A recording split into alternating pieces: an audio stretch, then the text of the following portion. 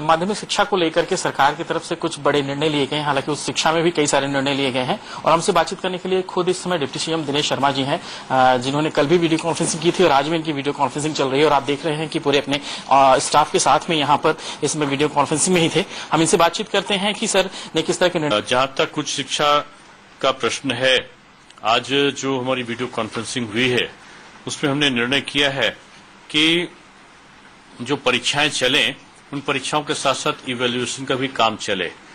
सुझाव के तौर पर यह दिया गया था कि परीक्षाएं जो हैं उनमें क्वेश्चन कम आए और तो कुछ विश्वविद्यालयों ने कहा कि कम क्वेश्चन के साथ कर सकते हैं।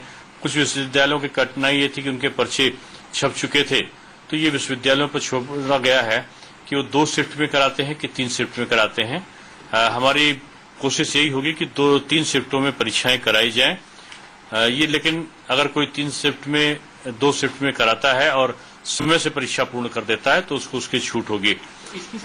जैसे ये परीक्षाएं सर मैनुअल होंगी या फिर सीधे ऑनलाइन माध्यम से रखेंगे या किस तरह से होगा सर? नहीं, परीक्षाओं के बारे में 3 मई को अगर लॉकडाउन हट जाता है तो लॉकडाउन हट जाने के बाद ही ये परीक्षाओं की बात हम कर रहे हैं। लॉकडाउन अगर हट जाता है तो 15 मई के आसपास, 15 मई के बाद ये परीक्षाएं कराने के लिए अधिकृत होंगे विश्वविद्यालय।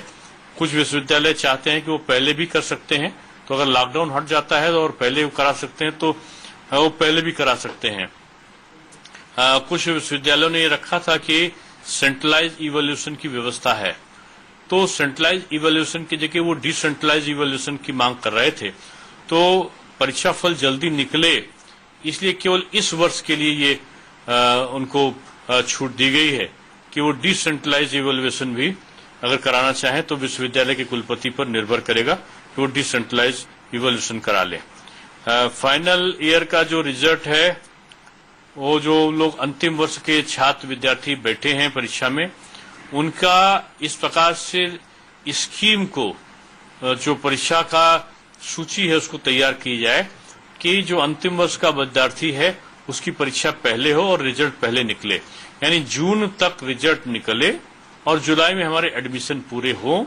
ये हमारा लक्ष्य है कि सत्य का नियमितीकरण रहे। अगर किसी कारण से व्यवधान पहुंचे तो जो हमारी ग्रीष्मकालीन अवकाश है या हमारा जो शीतकालीन अवकाश या कई अन्य अवकाश होंगे उनको न्यून करने पर भी हमारा विचार है कि उनको अगर हम छोटा भी कर देंगे तो हमारा सत्य नियमितीकरण चलेगा।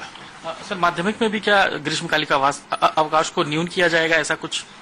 नहीं, माध्यमिक में तुम्हारी परीक्षाएं हो ही चुकी हैं, तो माध्यमिक में हमारी जब ग्रीष्मकालीन परीक्षाएं हो चुकी हैं तो जो बच्चों का सत्र अभी हम शुरू कर रहे हैं ऑनलाइन को हमने शुरू ही कर दिया है, तो इसलिए अगर आवश्यकता पड़ी तो न्यून किया जा सकता है।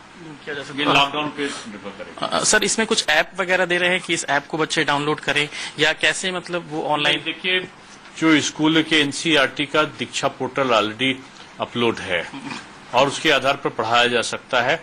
इसके अलावा कई और शिक्षा के चैनल में इस प्रकार की व्यवस्था है ऑनलाइन टीचिंग की, तो उसकी सहायता वो लोग ले सकते हैं। इस बार sir 7th, 9th and 11th के बच्चों को पास किया गया है, इवन 10th और 12th के रिजल्ट का लोग इंतजार कर रहे हैं।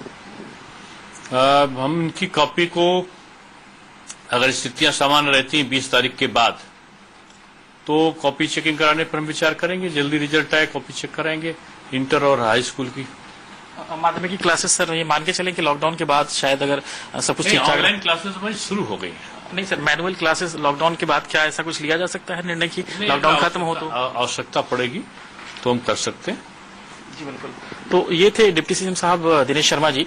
जाहिर सी बात है कि उच्च शिक्षा को लेकर के जिस तरह के निर्णय है कि उच्च शिक्षा के जो भी एग्जाम्स हैं वो अगर लॉकडाउन खत्म होता है तो जाहिर है कि उसके बाद कुछ तारीखें आ सकती हैं, और वहीं माध्यमिक शिक्षा के लिए ऑनलाइन पढ़ाई इसमें शुरू हो चुकी है, जो कि इसमें अनवरत चल रही है। हालांकि ग्रीष्मकालीन अवकाश को भी लेकर के सूक्ष्म करने को लेकर के भी निर्णय